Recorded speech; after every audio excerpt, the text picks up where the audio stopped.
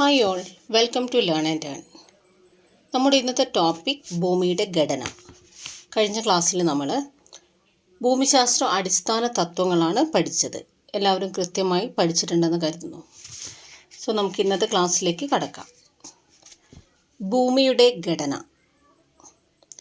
ഭൗമോപരിതലത്തിൽ നിന്നും ഭൂകേന്ദ്രം വരെയുള്ള ഏകദേശ ദൂരം 6378 കിലോമീറ്റർ. ഭൗമ ഉപരിതലത്തിൽ നിന്നും ഭൂകേന്ദ്രം വരെയുള്ള ഏകദേശ ദൂരം 6378 കിലോമീറ്റർ. കഴിഞ്ഞ ക്ലാസ്സിൽ നമ്മൾ പഠിച്ചത് ഭൂമിയുടെ ഏകദേശ ആരം 6370 ആണെന്ന് പഠിച്ചിട്ടുണ്ട്. 6370 കിലോമീറ്റർ എന്ന് കഴിഞ്ഞ ക്ലാസ്സിൽ പഠിച്ചു. ഭൂമിയുടെ ഏകദേശ ആരമാണിത് 6370 കിലോമീറ്റർ. അപ്പോൾ ഭൂമിയുടെ ഭൂമധ്യരേഖ വ്യാസം എത്രയാണ്? 12756 കിലോമീറ്റർ. ധ്രുവീയ വ്യാസം 12713 കിലോമീറ്റർ. ഇപ്പോൾ ഭൂമിയുടെ ഏകദേശ ആരം 6370 കിലോമീറ്റർ. ഭൂമിയുടെ ഭൂമധ്യരേഖ വ്യാസം 12756 കിലോമീറ്റർ.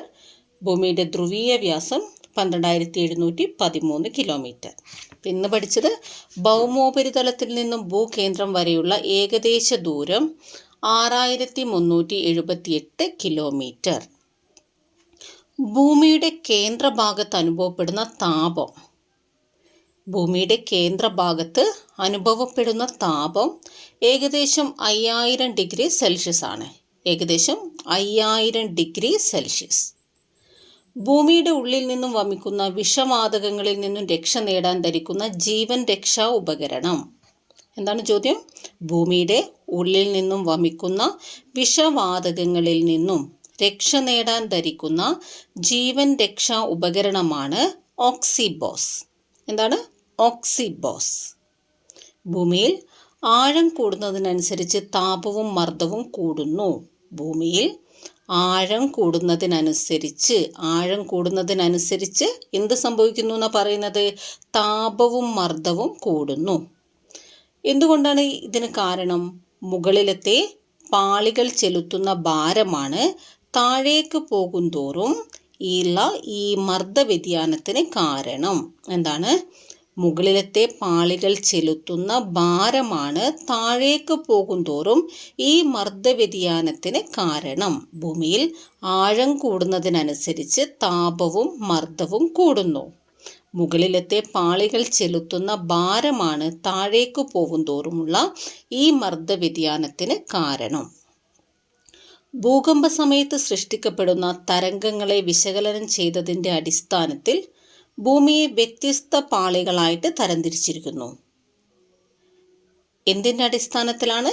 ഭൂകമ്പ സമയത്ത് സൃഷ്ടിക്കപ്പെടുന്ന തരംഗങ്ങളുടെ ഭൂകമ്പ സമയത്ത് സൃഷ്ടിക്കപ്പെടുന്ന തരംഗങ്ങളുടെ അടിസ്ഥാനത്തിൽ ഭൂമിയെ വ്യത്യസ്ത പാളികളായിട്ട് തരംതിരിച്ചിരിക്കുന്നു. അതെല്ലാം ഏതാണ്? ഭൂവൽക്കം, മാൻഡിൽ, പുറക്കാമ്പ്, അകക്കാമ്പ്. ഭൂവൽക്കം ക്രസ്റ്റ്, മാൻഡിൽ പുറക്കാമ്പ് ഔട്ടർ കോർ ആൻഡ് അകക്കാമ്പ് ഇന്നർ കോർ. ഭൂമിയുടെ ഉള്ളറകളെ പറ്റി മനസ്സിലാക്കാൻ സഹായിക്കുന്ന മാർഗങ്ങൾ. എന്താണ് പറഞ്ഞത്? ഭൂമിയുടെ ഉള്ളറകളെ കുറിച്ച് മനസ്സിലാക്കാൻ സഹായിക്കുന്ന മാർഗങ്ങൾ എന്തെല്ലാമാണ്? അഗ്നിപർവ്വത സ്ഫോടനങ്ങളിലൂടെ ഭൗമോപരിതലത്തിൽ എത്തിച്ചേരുന്ന വസ്തുക്കളിൽ നിന്ന്, പിന്നെയോ ഖനികളിൽ നിന്നും ശേഖരിക്കുന്ന വിവരങ്ങളുടെ അടിസ്ഥാനത്തിൽ ഭൂകമ്പ സമയത്തുണ്ടാകുന്ന തരംഗങ്ങളുടെ ചലനം വിശകലനം ചെയ്യുന്നതിലൂടെ. ഇപ്പോൾ ഭൂമിയുടെ ഉള്ളറയെക്കുറിച്ച് നമുക്ക് മനസ്സിലാക്കാനുള്ള മാർഗങ്ങളാണ് പറഞ്ഞത്. ഒന്ന്, അഗ്നിപർവ്വത സ്ഫോടനങ്ങളിലൂടെ ഭൗമോപരിതലത്തിൽ എത്തുന്ന വസ്തുക്കളിൽ നിന്ന്, പിന്നെയോ ഖനികളിൽ നിന്ന് ശേഖരിക്കുന്ന വിവരങ്ങളുടെ അടിസ്ഥാനത്തിൽ ഭൂകമ്പ സമയത്തുണ്ടാകുന്ന തരംഗങ്ങളുടെ ചലനം വിശകലനം ചെയ്ത്. നമുക്ക് അടുത്ത ടോപ്പിക്കിൽ പോകാം. ഭൂവൽക്കം. എന്താണ് ഭൂവൽക്കം? ഭൂമിയുടെ ഏറ്റവും പുറമേയുള്ള പാളി. ഭൂമിയുടെ ആ പിക്ചറിൽ കാണുന്നില്ലേ? ഭൂവൽക്കം, മാൻഡിൽ, അകക്കാമ്പ്, പുറക്കാമ്പൊക്കെ. അപ്പോൾ ഭൂമിയുടെ ഏറ്റവും പുറമേയുള്ള പാളിയാണെന്ത്? ഭൂവൽക്കം. ബാഹ്യ സിലിക്കേറ്റ് മണ്ഡലം എന്ന പേരിൽ അറിയപ്പെടുന്നു. ഈ ഭൂവൽക്കത്തിന് എന്ത് പേര് വിളിക്കുക? ബാഹ്യ സിലിക്കേറ്റ് മണ്ഡലം. ഭൂമിയുടെ ഏറ്റവും പുറമേയുള്ള പാളിയാണ് ബാഹ്യ സിലിക്കേറ്റ് മണ്ഡലം എന്ന പേരിൽ അറിയപ്പെടുന്നു. എന്താണ്? ബാഹ്യ സിലിക്കേറ്റ് മണ്ഡലം. ശിലകളുടെയും ധാതുക്കളുടെയും കലവറയാണെന്ത്? ഭൂവൽക്കം. എന്താ? ശിലകളുടെയും ധാതുക്കളുടെയും കലവറ. ബാഹ്യ സിലിക്കേറ്റ് മണ്ഡലം. ഭൂമിയുടെ ഏറ്റവും പുറമേയുള്ള പാളി ബാഹ്യ സിലിക്കേറ്റ് മണ്ഡലം. ശിലകളുടെയും ധാതുക്കളുടെയും കലവറ. ശിലകളുടെയും ധാതുക്കളുടെയും കലവറ. ഭൂവൽക്കത്തിൻ്റെ ഏകദേശ കനം എത്രയാണ്? 40 കിലോമീറ്റർ. ഭൂവൽക്കത്തിൻ്റെ ഏകദേശ കനം 40 കിലോമീറ്റർ. ഭൂവൽക്കത്തിൻ്റെ രണ്ട് ഭാഗങ്ങളുണ്ട് ഭൂവൽക്കത്തിന്. വൻകര ഭൂവൽക്കം, സമുദ്ര ഭൂവൽക്കം. എന്തെല്ലാം? വൻകര ഭൂവൽക്കം, സമുദ്ര ഭൂവൽക്കം. സിലിക്ക, അലൂമിന എന്നീ ധാതുക്കൾ മുഖ്യമായും അടങ്ങിയിരിക്കുന്നതിനാൽ വൻകര ഭൂവൽക്കം അറിയപ്പെടുന്നത് സിയാൽ. Silica, aluminium, CIAL. നമ്മൾ പറഞ്ഞു ഭൂവൽക്കത്തിൻ്റെ 2 ഭാഗങ്ങളാണ് വൻകര ഭൂവൽക്കവും സമുദ്ര ഭൂവൽക്കവും. ഈ വൻകര ഭൂവൽക്കത്തിന് നമുക്ക് എന്ത് വിളിക്കുക? സിയാൽ എന്ന് വിളിക്കുക. സിയാൽ. അവിടെ എന്തൊക്കെയാണ് അടങ്ങിയിട്ടുള്ള ധാതുക്കൾ? സിലിക്കയും അലൂമിനിയം. സിലിക്ക, അലൂമിനിയം കൂടെ വന്ന് എന്ത് പറയുക? സിയാൽ എന്ന് പറയുക. സിയാൽ. സിലിക്ക, അലൂമിനിയ, സിയാൽ. നമുക്ക് ആ ബോക്സിൽ കൊടുത്തിട്ടുള്ളത് നോക്കാം. വൻകരകളിൽ ഭൂവൽക്കത്തിൻ്റെ കനം. നമ്മൾ ഭൂവൽക്കത്തിൻ്റെ ഏകദേശ കനം 40 കിലോമീറ്റർ ആണെന്ന് പറഞ്ഞു. വൻകരകളിൽ 30 കിലോമീറ്ററും കടൽത്തറകളിൽ ഭൂവൽക്കത്തിൻ്റെ കനം എത്രയാണ്? 5 കിലോമീറ്ററും. വൻകരകളിൽ ഭൂവൽക്കത്തിൻ്റെ കനം 30 കിലോമീറ്റർ. കടൽത്തറകളിലോ? കടൽത്തറകളിൽ ഭൂവൽക്കത്തിൻ്റെ കനം 5 കിലോമീറ്റർ. ഭൂവൽക്കത്തിൻ്റെ ഏകദേശ കനം 40 കിലോമീറ്റർ. വൻകരകളിൽ ഭൂവൽക്കത്തിൻ്റെ കനം 30 കിലോമീറ്റർ. കടൽത്തറകളിൽ ഭൂവൽക്കത്തിൻ്റെ കനം 5 കിലോമീറ്റർ. അപ്പോൾ ഭൂവൽക്കം നമ്മൾ പറഞ്ഞു. എന്താണ്? ഭൂമിയുടെ ഏറ്റവും പുറമേയുള്ള പാളി ബാഹ്യ സിലിക്കേറ്റ് മണ്ഡലം. ശിലകളുടെയും ധാതുക്കളുടെയും കലവറ. ഏകദേശ കനം 40 കിലോമീറ്റർ. 2 ഭാഗം വൻകര ഭൂവൽക്കം, സമുദ്ര ഭൂവൽക്കം. വൻകര ഭൂവൽക്കത്തിൻ്റെ കനം 30 കിലോമീറ്റർ. കടൽത്തറ ഭൂവൽക്കത്തിൻ്റെ കനം 5 കിലോമീറ്റർ. ഇനി നമുക്ക് അടുത്ത പേജിലേക്ക് പോവാം. സിലിക്ക നമ്മൾ നേരത്തെ പറഞ്ഞു സിയാൽ. സിലിക്ക, അലൂമിനിയം കൂടെ വന്നിട്ട് വൻകര ഭൂവൽക്കത്തെ സിയാൽ എന്ന് വിളിക്കാം. ഇനിയോ സിമ. കടൽത്തറ ഭൂവൽക്കാണ് സിമ എന്ന് പറയുന്നത്. സിലിക്ക, മഗ്നീഷ്യ എന്നീ ധാതുക്കൾ മുഖ്യമായും അടങ്ങിയിരിക്കുന്നതിനാൽ സമുദ്ര ഭൂവൽക്കം അറിയപ്പെടുന്നത് സിമ. എന്താണ്? സമുദ്ര ഭൂവൽക്കം. സമുദ്ര ഭൂവൽക്കാണ് എന്ത്? സിമ എന്ന് പറയുന്നത്. അവിടെ എന്തെല്ലാം അടങ്ങിയിട്ടുള്ളത്? Silica, magnesium. Silica, magnesium. ഇതെന്താണ്? സിയാലിന് തൊട്ട് താഴെയായിട്ടാണ് എന്ത് കിടക്കുന്നത്? സമുദ്ര ഭൂവൽക്കം. എന്ത് കിടക്കുന്നത്? സമുദ്ര ഭൂവൽക്കം. വൻകരയേക്കാൾ സാന്ദ്രത കൂടുതൽ കടൽത്തറയ്ക്കാണ്. അടുത്ത പോയിന്റ് എന്താണ്? വൻകരയേക്കാൾ സാന്ദ്രത കൂടുതൽ കടൽത്തറയ്ക്കാണ്. ആർക്കാണ് സാന്ദ്രത കൂടുതൽ? വൻകരയേക്കാൾ സാന്ദ്രത കൂടുതൽ കടൽത്തറയ്ക്കാണ്. വൻകരയേക്കാൾ സാന്ദ്രത കൂടുതൽ. വൻകരയേക്കാൾ സാന്ദ്രത കൂടുതൽ എന്തിനാണ്? കടൽത്തറയ്ക്ക്. വൻകര ഭൂവൽക്കത്തിൻ്റെ ശരാശരി സാന്ദ്രത. വൻകര ഭൂവൽക്കത്തിൻ്റെ ശരാശരി സാന്ദ്രത 2.7 ഗ്രാം ഘന സെൻറ്റിമീറ്റർ ആണ്. എന്നാൽ സമുദ്ര ഭൂവൽക്കം 3 ഗ്രാം ഘന സെൻറ്റിമീറ്റർ വരെ സാന്ദ്രതയുള്ള താരതമ്യേന കാഠിന്യമേറിയ ശിലകളാൽ നിർമ്മിതമാണ്. എന്താ പറഞ്ഞാൽ? വൻകര ഭൂവൽക്കത്തിൻ്റെ ശരാശരി സാന്ദ്രത 2.7 ഗ്രാം ഘന സെൻറ്റിമീറ്റർ ആണ്. എന്നാൽ സമുദ്ര ഭൂവൽക്കത്തിൻ്റെതോ 3 ഗ്രാം ഘന സെൻറ്റിമീറ്റർ ആണ്. അപ്പോൾ നമ്മളിപ്പോൾ പഠിച്ചത് ഭൂവൽക്കാണ്. അപ്പോൾ നമുക്ക് ഭൂമിയുടെ അടുത്ത പാളിയായ മാൻറ്റിലിലേക്ക് പോവാം. മാൻറ്റിൽ. ഭൂവൽക്കത്തിന് താഴെയുള്ള കനം കൂടിയ മണ്ഡലമാണ് മാൻറ്റിൽ. ഭൂവൽക്കത്തിന് താഴെയുള്ള കനം കൂടിയ മണ്ഡലമാണ് മാൻറ്റിൽ. ഭൂവൽക്കപ്പാളിക്ക് താഴെ തുടങ്ങി 2900 കിലോമീറ്റർ വരെ വ്യാപിച്ചു കിടക്കുന്നു. അപ്പോൾ ഭൂവൽക്കത്തിന് താഴെയാണ്. ഭൂവൽക്കപ്പാളിക്ക് താഴെ തുടങ്ങി എത്ര കിലോമീറ്റർ വ്യാപിച്ചിട്ടുണ്ടെന്നാണ് പറഞ്ഞത്? 2900 കിലോമീറ്റർ വരെ വ്യാപിച്ചിരിക്കുന്നു. ഭൂമിയുടെ പിണ്ഡത്തിൻ്റെ ഏറ്റവും കൂടുതലുള്ള ഭാഗമാണ് മാൻറ്റിൽ. എന്താണ്? ഭൂമിയുടെ പിണ്ഡത്തിൻ്റെ ഏറ്റവും കൂടുതലുള്ള ഭാഗം ഏതാണ്? ഭൂവൽക്കാണോ, മാൻറ്റിലാണോ, കാമ്പാണോ? എന്താണ്? മാൻറ്റിലാണ്. ഭൂമിയുടെ പിണ്ഡത്തിൻ്റെ ഏറ്റവും കൂടുതലുള്ള ഭാഗം ചോദിച്ചാൽ പറയാം മാൻറ്റിൽ. എന്താണ്? ഭൂവൽക്ക പാളിക്ക് താഴെ തുടങ്ങി 2900 കിലോമീറ്റർ വരെ വ്യാപിച്ചിരിക്കുന്നു. ഭൂമിയുടെ പിണ്ഡത്തിൻ്റെ ഏറ്റവും കൂടുതലുള്ള ഭാഗമാണ് എന്ത്? മാൻറ്റിൽ. മാൻറ്റിലിൻ്റെ സാധാരണ ഊഷ്മാവ്. മാൻറ്റിലിൻ്റെ ഊഷ്മാവ് എത്രയാണ്? സാധാരണ ഊഷ്മാവ് 2200 ഡിഗ്രി സെൽഷ്യസ് ആണ്. എത്രയാണ് മാൻറ്റിലിൻ്റെ സാധാരണ ഊഷ്മാവ്? 2200 ഡിഗ്രി സെൽഷ്യസ്. 2200 degree Celsius. മാൻറ്റിലിന് 2 ഭാഗങ്ങളുണ്ട്. അതേതൊക്കെയാണ്? ഉപരി മാൻറ്റിൽ, അധോ മാൻറ്റിൽ. എന്തെല്ലാണ്? ഉപരി മാൻറ്റിൽ 2200 ഡിഗ്രി സെൽഷ്യസ് ഉള്ള ഊഷ്മാവുള്ള ഈ മാൻറ്റിലിൻ്റെ 2 ഭാഗങ്ങളാണ് ഏതെല്ലാം? ഉപരി മാൻറ്റിലും അധോ മാൻറ്റിലും. ഉപരി മാൻറ്റിലും അധോ മാൻറ്റിലും. മാൻറ്റിലിൻ്റെ 2 ഭാഗങ്ങൾ ഉപരി മാൻറ്റിൽ, അധോ മാൻറ്റിൽ. മാൻറ്റിലിൻ്റെ 2 ഭാഗങ്ങൾ ഉപരി മാൻറ്റിലും അധോ മാൻറ്റിലും. സിലിക്കൺ സംയുക്തങ്ങൾ കൊണ്ട് നിർമ്മിതമായ ഉപരി മാൻറ്റിൽ ഖരാവസ്ഥയിലാണ് സ്ഥിതി ചെയ്യുന്നത്. എന്താണ്? സിലിക്കൺ സംയുക്തങ്ങൾ കൊണ്ട് നിർമ്മിതമായ ഉപരി മാൻറ്റിൽ ഖരാവസ്ഥയിലാണ് സ്ഥിതി ചെയ്യുന്നത്. ഉപരി മാൻറ്റിൽ ഖരാവസ്ഥ. ഉപരി മാൻറ്റിൽ ഖരാവസ്ഥയിലാണ് സ്ഥിതി ചെയ്യുന്നത്. ഉപരി മാൻറ്റിൽ ഖരാവസ്ഥയിലാണ് സ്ഥിതി ചെയ്യുന്നത്. ഉപരി മാൻറ്റിലിന് താഴെയായി സ്ഥിതി ചെയ്യുന്ന അധോ മാൻറ്റിലിൽ പദാർത്ഥങ്ങൾ അർദ്ധദ്രവാവസ്ഥയിലാണ് സ്ഥിതി ചെയ്യുന്നത്. അപ്പോൾ ഉപരി മാൻറ്റിലിന് താഴെ അധോ മാൻറ്റിൽ. അവിടെ എങ്ങനെയാണ് പദാർത്ഥങ്ങൾ? അർദ്ധദ്രവാവസ്ഥയിൽ. അപ്പോൾ ഉപരി മാൻറ്റിൽ ഖരാവസ്ഥയിലും അധോ മാൻറ്റിൽ അർദ്ധദ്രവാവസ്ഥയിലും.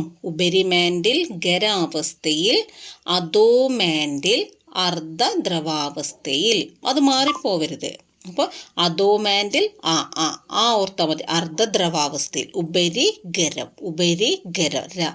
ഉപരി മാൻറ്റിൽ ഖരാവസ്ഥ, അധോ മാൻറ്റിൽ അർദ്ധദ്രവാവസ്ഥ. ഭൂവൽക്കവും മാൻറ്റിലിൻ്റെ മുകളിലത്തെ ഭാഗവും ചേർന്ന് വരുന്ന പ്രദേശം. എന്താ പറഞ്ഞത്? ഭൂവൽക്കം. നമ്മൾ 2 പാളിയാണ് ഇപ്പോൾ പഠിച്ചത്, ഭൂവൽക്കവും മാൻറ്റിലും. അതിൽ ഭൂവൽക്കവും ആ മാൻറ്റിലിൻ്റെ മുകളിലത്തെ ഭാഗവും ചേർന്ന് വരുന്ന പ്രദേശത്തെ നമുക്ക് എന്ത് വിളിക്കാം? ലിത്തോസ്ഫിയർ. എന്താണ്? ലിത്തോസ്ഫിയർ. ലിത്തോസ്ഫിയർ. ലിത്തോസ്ഫിയർ ആണെന്ത്? ഭൂവൽക്കവും മാൻറ്റിലിൻ്റെ മുകളിലത്തെ ഭാഗവും ചേർന്ന് വരുന്ന പ്രദേശം. ഭൗമോപരിതലത്തിൽ നിന്ന് പരമാവധി 200 കിലോമീറ്റർ വരെ കനത്തിലുള്ള പാളിയാണ് ശിലാമണ്ഡലം. എന്താ പറയുന്നത്? ഭൗമോപരിതലത്തിൽ നിന്ന് പരമാവധി 200 കിലോമീറ്റർ വരെ കനത്തിലുള്ള പാളിയാണ് ശിലാമണ്ഡലം. ഭൗമോപരിതലത്തിൽ നിന്ന് പരമാവധി 200 കിലോമീറ്റർ വരെ കനത്തിലുള്ള പാളിയാണ് എന്ത്? ശിലാമണ്ഡലം. സ്ഥലമണ്ഡലം, ശിലാമണ്ഡലം, പാറക്കെട്ട് നിറഞ്ഞ മണ്ഡലം എന്നീ പേരുകളിൽ അറിയപ്പെടുന്നത് ലിത്തോസ്ഫിയർ ആണ്. എന്താണ് നമ്മൾ പറഞ്ഞത്? ഭൂമിയുടെ ഉപരിതലത്തിൽ നിന്ന്, ഭൗമോപരിതലത്തിൽ നിന്ന് പരമാവധി 200 കിലോമീറ്റർ വരെ കനത്തിലുള്ള പാളിയാണ് ശിലാമണ്ഡലം. സ്ഥലമണ്ഡലം, ശിലാമണ്ഡലം, പാറക്കെട്ട് നിറഞ്ഞ മണ്ഡലം എന്നീ പേരുകൾ അറിയപ്പെടുന്നത് ലിത്തോസ്ഫിയർ. ലിത്തോസ്ഫിയറിന് ഏതെല്ലാം പേരുകൾ നമുക്ക് വിളിക്കാം? ശിലാമണ്ഡലം, സ്ഥലമണ്ഡലം, പാറക്കെട്ട് നിറഞ്ഞ മണ്ഡലം. ലിത്തോസ്ഫിയറിന് താഴെയായി മാൻറ്റിലിൻ്റെ ഉപരിഭാഗത്ത് അർദ്ധദ്രവാവസ്ഥയിൽ സ്ഥിതി ചെയ്യുന്ന ഭാഗമാണ് അസ്തനോസ്ഫിയർ. എന്താണ് അസ്തനോസ്ഫിയർ? ഈ ലിത്തോസ്ഫിയറിന് താഴെ മാൻറ്റിലിൻ്റെ ഉപരിഭാഗത്ത് ദ്രാവകാവസ്ഥയിൽ സ്ഥിതി ചെയ്യുന്ന ഭാഗമാണ് അസ്തനോസ്ഫിയർ. നമ്മൾ നേരത്തെ എന്ത് പഠിച്ചു? ലിത്തോസ്ഫിയർ പഠിച്ചിട്ടുണ്ട്. എന്താണ്? ഭൂവൽക്കവും മാൻറ്റിലിൻ്റെ മുകളിലത്തെ ഭാഗവും ചേർന്ന പ്രദേശമാണ് ലിത്തോസ്ഫിയർ. ഈ ലിത്തോസ്ഫിയറിന് താഴെയായിട്ട് മാൻറ്റിലിൻ്റെ ഉപരിഭാഗത്ത് അർദ്ധദ്രാവകാവസ്ഥയിൽ സ്ഥിതി ചെയ്യുന്ന ഭാഗത്തിന് നമുക്ക് എന്ത് വിളിക്കാം? അസ്തനോസ്ഫിയർ. അഗ്നിപർവ്വതങ്ങളിലൂടെ പുറത്തെത്തുന്ന ശിലാദ്രവം അതായത് ലാവയുടെ സ്രോതസ് എന്താണ്? അസ്തനോസ്ഫിയർ ആണ്. അഗ്നിപർവ്വതങ്ങളിലൂടെ എന്തുവരും? ലാവ പുറത്തു വരും. ഇതിൻ്റെയൊക്കെ സ്രോതസ് എന്താണ്? അസ്തനോസ്ഫിയർ. അഗ്നിപർവ്വതങ്ങളിലൂടെ പുറത്തെത്തുന്ന ശിലാദ്രവത്തിൻ്റെ സ്രോതസ് അസ്തനോസ്ഫിയർ. നമുക്ക് ആ ബോക്സിലെ കാര്യങ്ങളൊന്ന് പഠിക്കാം. അതിനു മുൻപ് മാൻഡിൽ നമുക്കൊന്നുകൂടെ റിവൈസ് ചെയ്യാം. ഭൂവൽക്കത്തിന് താഴെയുള്ള കനം കൂടിയ മണ്ഡലമാണ് മാൻഡിൽ. ഇതെന്താണ്? ഭൂവൽക്കപ്പാളിക്ക് താഴെ നിന്ന് 2900 കിലോമീറ്റർ വരെ വ്യാപിച്ചിട്ടുണ്ട്. ഭൂമിയുടെ പിണ്ഡത്തിൻ്റെ ഏറ്റവും കൂടുതലുള്ള ഭാഗം ചോദിച്ചാൽ നമ്മൾ പറയാം മാൻഡിലാണ്. ശരാശരി ഊഷ്മാവ് 200 ഡിഗ്രി സെൽഷ്യസ്. 2 ഭാഗം ഉപരിമാൻഡിൽ, അധോമാൻഡിൽ. ഉപരിമാൻഡിൽ ഖരാവസ്ഥയിൽ, അധോമാൻഡിൽ അർദ്ധദ്രവാവസ്ഥയിൽ. പിന്നെ ഭൂവൽക്കവും മാൻഡിലിൻ്റെ മുകളിലത്തെ ഭാഗവും ചേർന്ന ലിത്തോസ്ഫിയർ. ലിത്തോസ്ഫിയർ നമുക്ക് സ്ഥലമണ്ഡലം, ശിലാമണ്ഡലം, പാറക്കെട്ടി നിറഞ്ഞ മണ്ഡലം എന്നീ പേരുകളിൽ വിളിക്കാം. ലിത്തോസ്ഫിയറിൻ്റെ താഴെ മാൻഡിലിൻ്റെ ഉപരിഭാഗത്ത് അർദ്ധദ്രാവകാവസ്ഥയിൽ സ്ഥിതി ചെയ്യുന്ന ഭാഗമാണ് അസ്തനോസ്ഫിയർ. അഗ്നിപർവ്വതങ്ങളിലൂടെ പുറത്തു വരുന്ന ലാവയുടെ സ്രോതസ് അസ്തനോസ്ഫിയർ ആണ്. ഇനി നമുക്ക് ആ ബോക്സിലെ കാര്യങ്ങൾ പഠിക്കാം. ഭൗമോപരിതലത്തിലെ ഘടകമൂലകങ്ങൾ അഥവാ ലോഹങ്ങൾ. ഭൗമോപരിതലത്തിൽ ഏറ്റവും കൂടുതലുള്ള മൂലകം ഓക്സിജൻ. ഭൗമോപരിതലത്തിൽ ഏറ്റവും കൂടുതലുള്ള മൂലകം ഓക്സിജനാണ്. ഭൗമോപരിതലത്തിൽ ഏറ്റവും കൂടുതൽ രണ്ടാമത്തെ മൂലകം സിലിക്കൺ. ഏറ്റവും കൂടുതലുള്ള ഭൂമിയുടെ ഉപരിതലത്തിൽ ഭൗമോപരിതലത്തിൽ ഏറ്റവും കൂടുതലുള്ള മൂലകം ഓക്സിജൻ. ഭൗമോപരിതലത്തിൽ ഏറ്റവും കൂടുതലുള്ള രണ്ടാമത്തെ മൂലകം സിലിക്കൺ. ഭൗമോപരിതലത്തിൽ ഏറ്റവും കൂടുതലുള്ള മൂലകം ഓക്സിജനും രണ്ടാമത്തെ മൂലകം സിലിക്കണുമാണ്. ഭൗമോപരിതലത്തിൽ ഏറ്റവും കൂടുതലുള്ള ലോഹം അലൂമിനിയം. ലോഹം അലൂമിനിയമാണ്. മൂലകം ഓക്സിജനാണ്. രണ്ടാമത്തെ മൂലകം സിലിക്കൺ. ഭൂമിയുടെ പിണ്ഡത്തിൽ ഏറ്റവും കൂടുതലുള്ള ലോഹം ഇരുമ്പ്. ഭൂമിയുടെ പിണ്ഡത്തിൽ ഏറ്റവും കൂടുതലുള്ള ലോഹം ഇരുമ്പാണ്. അപ്പോൾ ഭൗമോപരിതലത്തിൽ ഏറ്റവും കൂടുതലുള്ള മൂലകം ഓക്സിജൻ. ഭൗമോപരിതലത്തിൽ ഏറ്റവും കൂടുതലുള്ള രണ്ടാമത്തെ മൂലകം സിലിക്കൺ. ഭൗമോപരിതലത്തിൽ ഏറ്റവും കൂടുതലുള്ള ലോഹം അലൂമിനിയം. ഭൂമിയുടെ പിണ്ഡത്തിൻ്റെ ഏറ്റവും കൂടുതലുള്ള ലോഹം ഇരുമ്പ്. അപ്പോൾ നമുക്കിനി അടുത്തത് കാമ്പാണ് പഠിക്കേണ്ടത്. അപ്പോൾ അടുത്ത പേജിലേക്ക് പോവാം. കാമ്പ്. മാൻഡിലിൻ്റെ താഴെയായി കാണപ്പെടുന്ന മണ്ഡലമാണ് കാമ്പ്. മാൻഡിലിൻ്റെ താഴെയായി കാണപ്പെടുന്ന മണ്ഡലം കാമ്പ്. ഭൂമിയുടെ കേന്ദ്രഭാഗം കാമ്പാണ്. ഭൂമിയുടെ കേന്ദ്രഭാഗം കാമ്പ്. മാൻഡിലിൻ്റെ താഴെ തുടങ്ങി 2900 കിലോമീറ്റർ മുതൽ 6371 കിലോമീറ്റർ വരെ വ്യാപിച്ചു കിടക്കുന്നു. എന്താണ് പറഞ്ഞത്? നമ്മൾ പറഞ്ഞു നേരത്തെ ഭൂവൽക്കപ്പാളിക്ക് താഴെയുള്ള ഭാഗമാണ് എന്ത്? മാൻഡിൽ. അത് ഏകദേശം 2900 കിലോമീറ്റർ വരെ വ്യാപിച്ചിട്ടുണ്ടെന്ന്. അപ്പോൾ ഈ കാമ്പോ മാൻഡിലിൻ്റെ താഴെ നിന്ന് 2900 കിലോമീറ്റർ മുതൽ 6371 കിലോമീറ്റർ വരെ വ്യാപിച്ചു കിടക്കുന്നു. കാമ്പിൻ്റെ 2 ഭാഗം, പുറക്കാമ്പ്, അകക്കാമ്പ്. മാൻഡിലിൻ്റെ നമ്മൾ നേരത്തെ പഠിച്ചു എന്തെല്ലാം? ഉപരിമാൻഡിൽ, അധോമാൻഡിൽ. അപ്പോൾ കാമ്പിൻ്റെതോ പുറക്കാമ്പ്, അകക്കാമ്പ്. പുറക്കാമ്പിലെ പദാർത്ഥങ്ങൾ ഉരുകിയ അവസ്ഥയിലാണ്.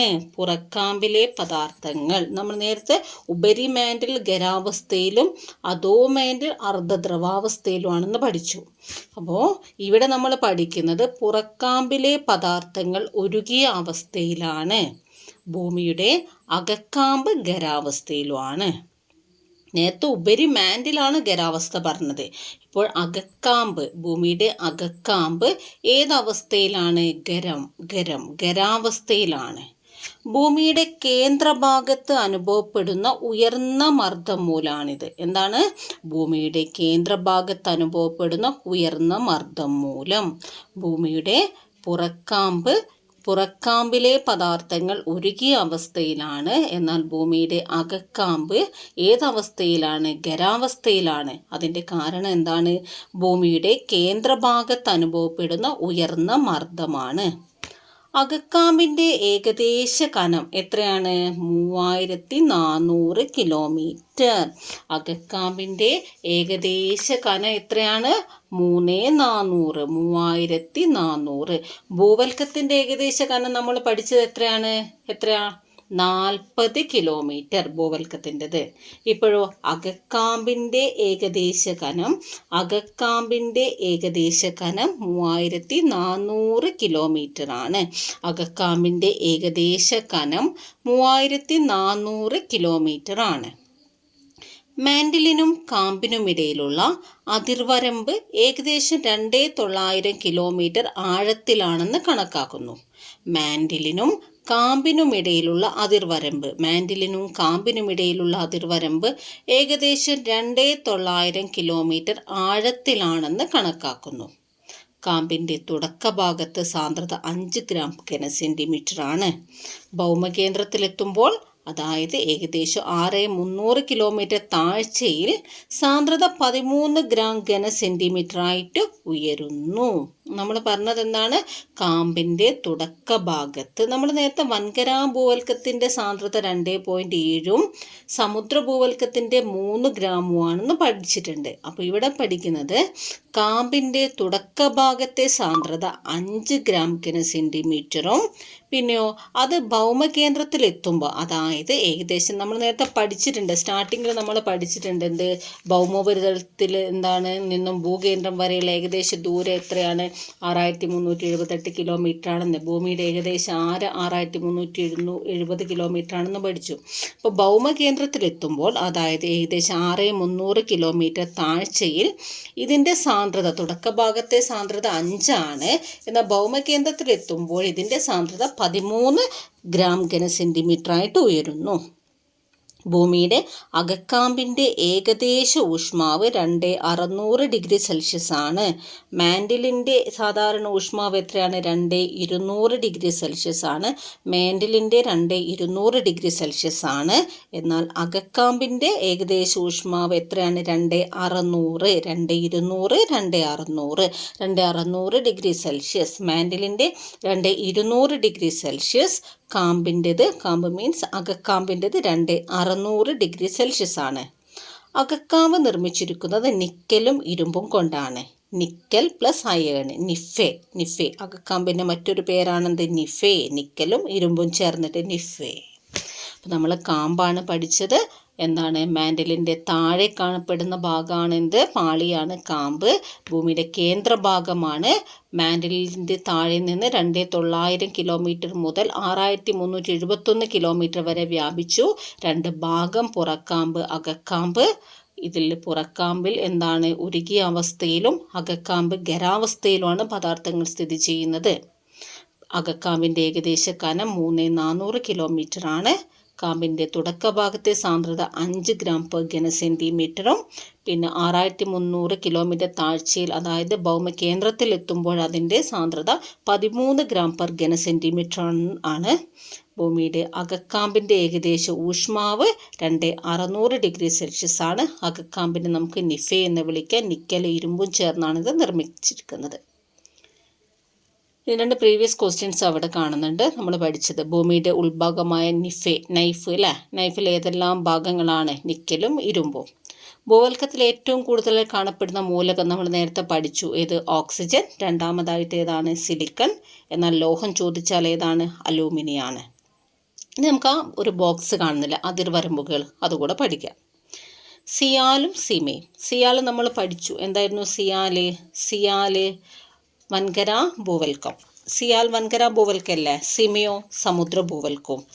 സിയാലിനെയും സിമയെയും വേർതിരിക്കുന്ന അതിർവരമ്പുകളാണ് നമ്മൾ പഠിക്കുന്നത്. സിയാലിനെയും സിമയെയും വേർതിരിക്കുന്നത് എന്താണ്? സിയാല്, സിമ, കോൺറാഡ്, വിച്ഛിന്നത. സിയാലിനെയും സിമയെയും വേർതിരിക്കുന്നത് എന്താണ്? കോൺറാഡ്, വിച്ഛിന്നത. സിയാലിനെയും സിമയെയും വേർതിരിക്കുന്നത് കോൺറാഡ്, വിച്ഛിന്നത. ഉപരിമാൻഡിലിനെയും അധോമാൻഡിലിനെയും വേർതിരിക്കുന്നത് ഉപരിമാൻഡിൽ, അധോമാൻഡിൽ. റെപ്പറ്റീവ് വിച്ഛിന്നത. സിയാൽ, സിമ, കോൺറാഡ്, വിച്ഛിന്നത. സിയാൽ, സിമ, കോൺറാഡ്, വിച്ഛിന്നത. ഉപരിമാൻഡിൽ, അധോമാൻഡിൽ, റെപ്പറ്റീവ് വിച്ഛിന്നത. സിയാൽ, സിമ, കോൺറാഡ്, വിച്ഛിന്നത. ഉപരിമാൻഡിൽ, അധോമാൻഡിൽ. എന്താണ് ഉപരി, അധോ? റെപ്പറ്റി. സിയാൽ, സിമ, കോൺറാഡ്. ഉപരിമാൻഡിൽ, അധോമാൻഡിൽ, റെപ്പറ്റി, വിച്ഛിന്നത. ഭൂവൽക്കത്തിനെയും മാൻഡിലിനെയും വേർതിരിക്കുന്നത് എന്താണ്? മെഹറോവിക് വിച്ഛിന്നത. ഭൂവൽക്കവും മാൻഡിലും മെഹറോവിക് വിച്ഛിന്നത. സിയാൽസിമ കോൺറാഡ് വിച്ഛിന്നത. ഉപരിമാൻഡിൽ അധോമാൻഡിൽ റെപ്പറ്റീവ് വിച്ഛിന്നത. ഭൂവൽക്കത്തിനെയും മാൻഡിലിനെയും മെഹറോവിക് വിച്ഛിന്നത. അടുത്തത് അകക്കാമ്പിനെയും പുറക്കാമ്പിനെയും എന്താണ് വേർതിരിക്കുന്നത്? ലമാൻ വിച്ഛിന്നത.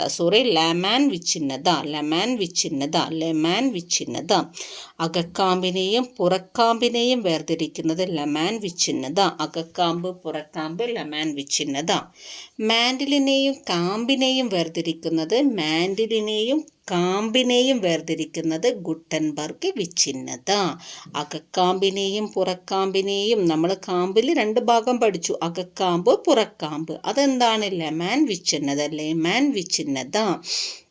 എന്നാൽ മാൻഡിലിനെയും കാമ്പിനെയും ഗുട്ടൻബർഗ് വിച്ഛിന്നത. അപ്പോൾ സിയാൽസിമ കോൺറാഡ്, ഉപരിമാൻഡിൽ അധോമാൻഡിൽ റെപ്പറ്റീവ്, ഭൂവൽക്കം മാൻഡിൽ മെഹറോവിക്, അകക്കാമ്പ് പുറക്കാമ്പ് ലമാൻ, മാൻഡിൽ കാമ്പ്, മാൻഡിലിനെയും കാമ്പിനെയും ഗുട്ടൻബർഗ് വിച്ഛിന്നത. അപ്പോൾ ഇതോടെ നമ്മൾ ഇന്നത്തെ ക്ലാസ്സിൽ ഭൂമിയുടെ ഘടനയാണ് പഠിച്ചത്. ഇതോടെ ആ ടോപ്പിക് ഇവിടെ തീർന്നു. അപ്പോൾ നിങ്ങൾക്കെല്ലാം ക്ലാസ് മനസ്സിലായിട്ടുണ്ടെന്ന് കരുതുന്നു. കൃത്യമായിട്ട് വായിക്കുക, റിവൈസ് ചെയ്ത് വായിക്കുക. കുറച്ച് ക്വസ്റ്റ്യൻസ് ഞാൻ നിങ്ങളോട് ചോദിക്കാം, നിങ്ങൾക്ക് ആൻസർ കിട്ടുന്നുണ്ടോ നോക്കുക. ഭൂമിയുടെ ഏറ്റവും പുറമേയുള്ള പാളി ഭൂവൽക്കത്തിൻ്റെ ഏകദേശ കനം, മാൻഡിലിൻ്റെ സാധാരണ ഊഷ്മാവ്, അകക്കാമ്പിൻ്റെ ഏകദേശ കനം,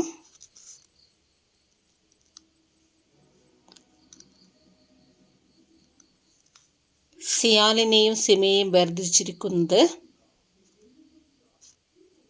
ഭൂവൽക്കത്തിൽ ഏറ്റവും കൂടുതലായി കാണപ്പെടുന്ന മൂലകം, ഭൂമിയുടെ അകക്കാമ്പിൻ്റെ ഏകദേശ ഊഷ്മാവ്.